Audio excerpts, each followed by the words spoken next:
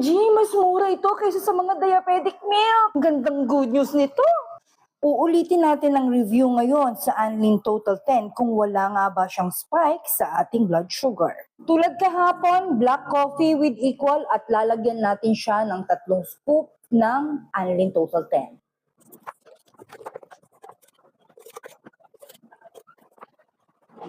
Ngayon, iset aside lang muna natin to at i-check natin ang baseline ng ating blood sugar.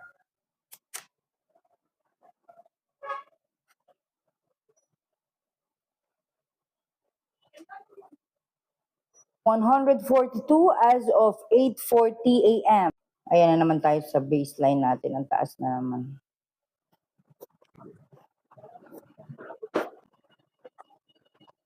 Mipas na ang 1 oras matapos nating inumin ang ating kape na merong Anlin Total 10. Hindi ako uminom ng tubig pagkatapos nating inumin ng kape para makita nga ba natin kung legit nga bang walang spike sa ating blood sugar ang Anlin Total 10.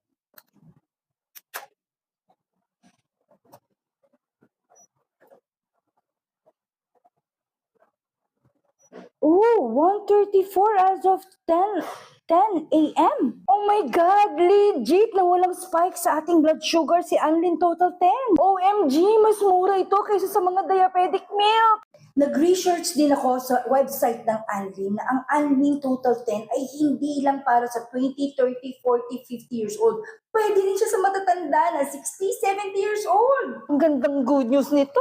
That will be all for my today's journey and see you all tomorrow for my tomorrow's journey. Bye!